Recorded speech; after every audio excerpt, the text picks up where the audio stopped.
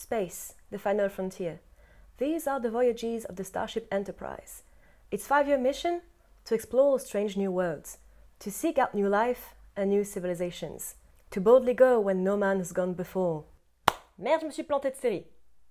Bon, en même temps...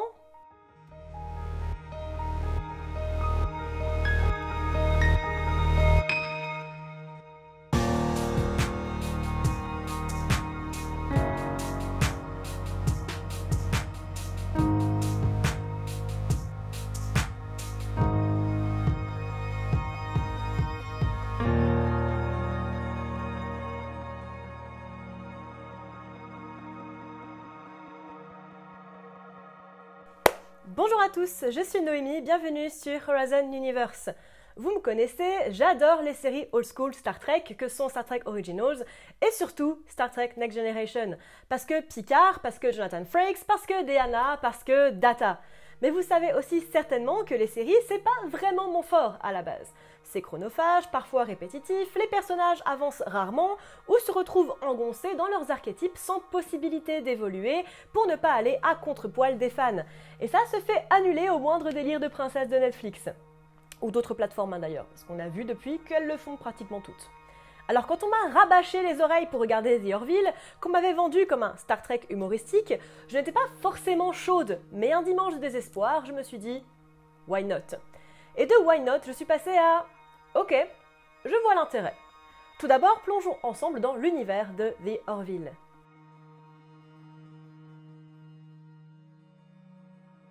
The Orville, créé par Seth MacFarlane, qui joue le capitaine Ed Mercer, et diffusé sur la Fox puis sur Hulu depuis 2017, est une série de SF oscillant entre la comédie et le drame.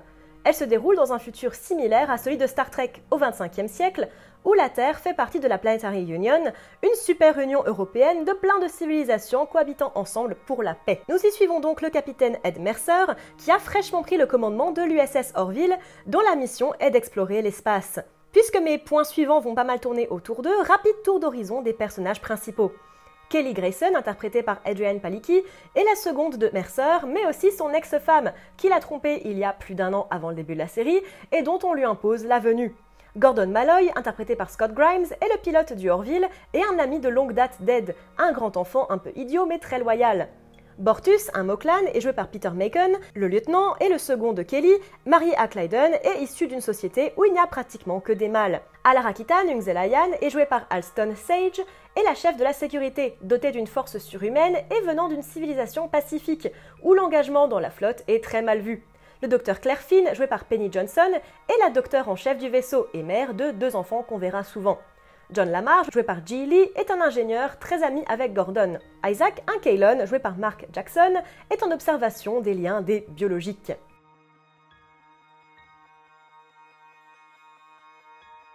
L'ouverture à l'autre. Thème cher à Star Trek, voire même qui définit l'entièreté de la saga, peu importe ce que les plus conservateurs d'entre vous en disent, le thème de l'autre et de l'ouverture à d'autres civilisations, us et coutumes, est également le cœur de The Orville. À la manière de l'Enterprise, le Orville vogue à travers l'espace à la rencontre d'autres formes de vie, et les épisodes tournent souvent autour des quiproquos entre les valeurs des personnages. Bortus et la misogynie des Moklan, par exemple, confrontés dans la saison 3 à la misandrie des Genesee, et aux visions plus universalistes de l'Union, ou encore les Krill et les Kaylons, 2 espèces destructrices fermement contre l'idée d'inclusion et l'échange et de partage, ou tout simplement la relation entre Ed et Kelly.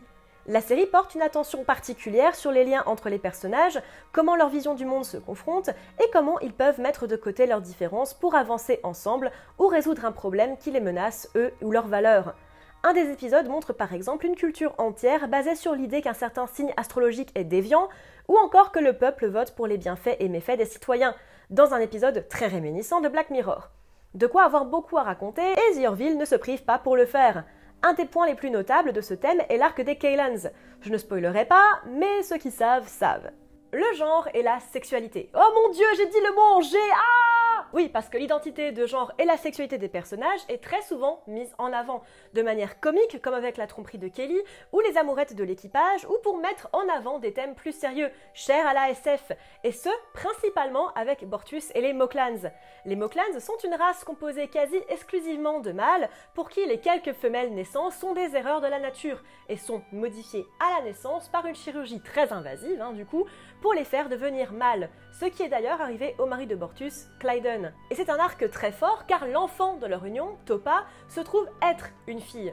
Sans vouloir spoiler, parce que c'est filé avec brio tout au long des 3 saisons, la série brise souvent les codes genrés. La chef de la sécurité est Alara, une jeune femme à l'apparence fragile et mignonne, en fait une Xelayan, une race venant d'une planète à la gravité très importante, ce qui lui confère dans une gravité terrestre une force considérable. La sexualité en général est aussi explorée au travers de plusieurs épisodes, avec Bortus notamment encore une fois, mais aussi avec le docteur Claire Finn. No spoiler parce que c'est ultra drôle. La religion. Oh mon dieu non, j'ai dit le mot R. Ah mais bon, promis, j'arrête après celui-là. Du coup, vous vous en doutez avec mon point numéro 1, la religion est un des points centraux des conflits entre les personnages et entre les races, notamment avec les Krill. Les Krill sont très proches des Khonsu dans The Old Man's War. Ils sont gouvernés par une théocratie adorant Avis, un créateur vengeur, qui aurait demandé la destruction de toute vie non Krill dans un djihad divin. Les Krill sont persuadés que le reste des autres espèces sont dépourvus d'une âme et sans valeur, et donc en perpétuelle guerre contre l'Union. Un des épisodes, Church of Kelly, explore aussi comment le contact avec une espèce moins évoluée peut amener à des problèmes. En sauvant une petite fille, Kelly accidentellement devient une forme de déité pour une planète entière, qui construit sa civilisation autour de sa sagesse. Si la série est loin d'être totalement anti-religion, elle offre des discussions intéressantes sur la foi, la déité et ses travers. La politique. Après tout, qui dit space opéra dans un monde utopique séculaire avec une union planétaire, dit conflits militaires et internationaux de factions qui se foutent sur la gueule. Et ça, j'aime. Beaucoup. En effet, les intérêts politiques de l'Union, s'unir pour se protéger ensemble contre les Krill et les Kaylons, impactent grandement l'histoire. Notamment avec Bortus et Topa, l'équipage se trouve forcé à accepter les traditions Moclans contre leurs valeurs pour garder le gouvernement Moclan content, étant le producteur principal des armes de l'Union contre les menaces Krill et Kaylons. Mais il est également de nombreuses fois fait mention d'ambassadeurs, comme avec les Genesee, ou pour calmer le jeu entre les Navarians et les Bridans, ou encore le conflit des Kaylons. Les enjeux politiques de protection des intérêts communs sont très bien trouvés et centraux au développement de l'histoire filée sur les 3 saisons sorties jusqu'à ce jour. L'humanité. On reste sur un grand thème de space opéra, même si j'aurais pu l'appeler aussi l'identité, mais le but ici était surtout de discuter des failles et grandeurs des personnages, leur humanité, au sens d'entité morale capable de sentiments, d'évolution et de changement. Et si l'équipage, constitué principalement d'humains, sert plutôt bien le propos, Ed apprenant à pardonner à Kelly par exemple et à s'appuyer sur elle, l'équipage alien remplit également très bien ce rôle. Isaac par exemple a un arc absolument fascinant à ce niveau. À la base envoyé par les Kaylons pour observer les biologiques, comme ils les appellent, il apprend peu à peu à interagir avec l'équipage, notamment via Claire et ses enfants. Bortus, encore lui, et tant mieux parce que c'est le meilleur fucking personnage, abandonne peu à peu sa vision misogyne du monde à force d'être en contact avec Kelly, Claire et Alara. Alara elle-même a tout un arc vraiment intéressant sur le personnage que l'on connaît et la raison de son départ dans la flotte. L'humanité des personnages est aussi visible dans leur dualité, grandement appuyée par l'aspect humoristique et comique de la série. Gordon est un pilote de génie, mais un idiot congénital. Lamar est un excellent ingénieur, mais un tombeur total. En bref, chaque personnage a sa part d'ombre et de lumière, et un développement constant tout au long des épisodes, même pour les espèces et personnages tertiaires. Beaucoup repartent avec des leçons, des valeurs et des échanges importants, comme les Regorians ou les Doralians. Il y a beaucoup de races, hein. Beaucoup. J'essaierai de mettre des photos, tout le monde n'en a pas, mais j'essaierai de trouver sur le wiki, ne vous inquiétez pas.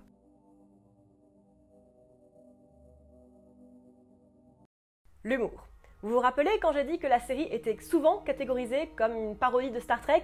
Eh bien, il y a une part de vérité. La première saison, en tout cas, appuie constamment sur la connerie des personnages et sur des éléments d'humour qui auraient été totalement incongrus dans Star Trek, où les personnages sont posés, réfléchis et droits. Un petit peu moins dans les nouvelles saisons, mais en tout cas, à l'origine, c'est ce que c'était. Ici, ça fait des blagues grivoises, des pranks, certains quiproquos auraient plus leur place dans H2G2, mais c'est ce qui rend The Orville si différent. Si je déplore le côté beaucoup plus sérieux et presque basique de la saison 3, l'humour absurde est vraiment ce qui m'avait attaché aux 2 premières saisons. Passé celle-ci, l'humour est cantonné à quelques scénettes ou personnages, notamment Gordon et John. Et c'est dommage parce que l'humour arrivait vraiment à faire passer les situations et thématiques les plus graves et lourdes. Un vrai vent de fraîcheur sur la SF, parfois un peu guindée et complaisante dans sa tristesse. Pour exemple d'un truc qui m'a fait hurler de rire, la résolution de l'épisode où, pour sauver Kelly et Ed, d'un zoo où ils sont détenus, Alara leur file les épisodes des Kardashians du futur. C'est juste brillant. La production. Ce qui m'a tout de suite interpellée avec The Orville, c'est le niveau impressionnant de la production.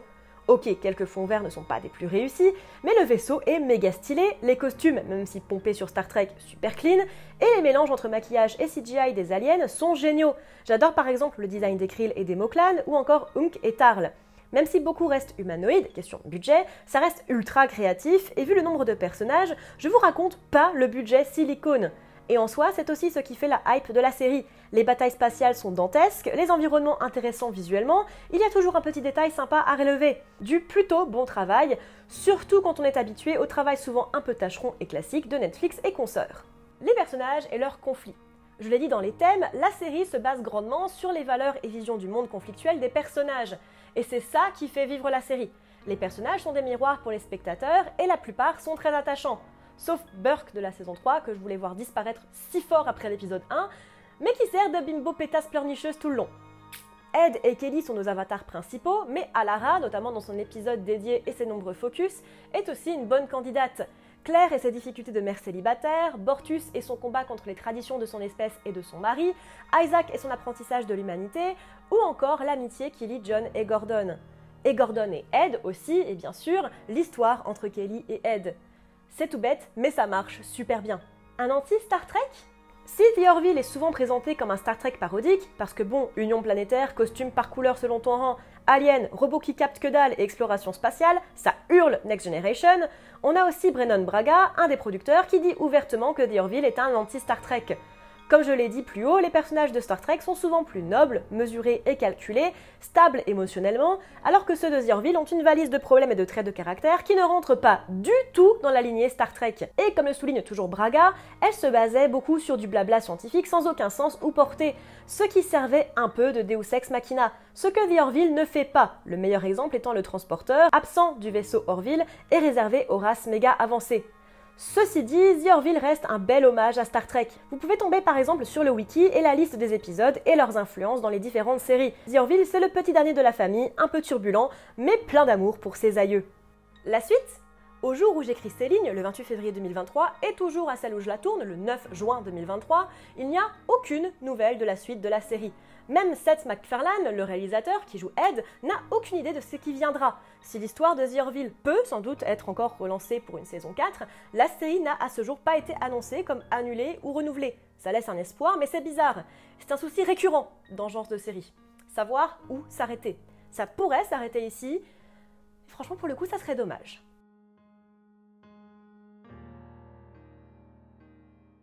The Orville est une série très intéressante pour son ambivalence entre le sérieux des thèmes abordés, comme l'identité de genre, la guerre internation et la confrontation de valeurs morales et religieuses, et l'humour des 2 premières saisons.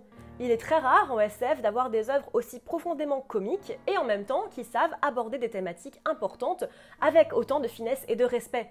Il aurait été super facile de tomber dans le pathos bien gras ou même de se moquer de ces questionnements, mais The Orville s'est plongé dans un sujet, en extraire les quiproquos et incompréhensions nécessaires à l'humour, tout en apportant de vraies clés de réflexion. Tout au long de l'œuvre, nous voyons nos personnages changer par leur parcours et leurs expériences, profondément marqués par les uns et les autres. Et si toutes les transitions ne sont pas bonnes, notamment la vision qu'a l'équipage de Isaac dans la saison 3, l'épisode 1, après le problème Kaylon qui est dans la saison 2, mais qui arrive trop tard et de manière bien abrupte, pour disparaître ensuite en dehors de cette connasse de Burke, The Orville a su réinventer le monde de Star Trek à une sauce plus contemporaine, oscillant entre légèreté et introspection, entre grivoiserie et drame. En définitive, une bonne surprise qui mérite le temps que j'ai passé devant. Même si putain, c'est chiant les séries, qui a le temps de passer devant ces séries ? Merci à tous d'avoir regardé cette petite vidéo sur The Orville, ça fait très longtemps qu'on me parle de la série et qu'on me demande si j'allais en dédier une vidéo à chaud. J'ai fait un arrêt sur image pour plus expliquer voilà, mon point de vue, j'espère que cette vidéo vous aura plu, n'hésitez pas à me dire tout ça en commentaire. N'hésitez pas également à aller faire un tour sur mes différents réseaux sociaux, Instagram, Twitter, Twitch, TikTok, Goodreads et TV Time, ça compte comme des réseaux sociaux pour les 2 derniers. N'hésitez pas également à me suivre et à donner sur Tipeee si vous en avez les moyens et si vous en avez l'envie. Il y a différents paliers avec différents retours de ma part si jamais ça vous intéresse. Et moi je vous dis à bientôt dans l'univers.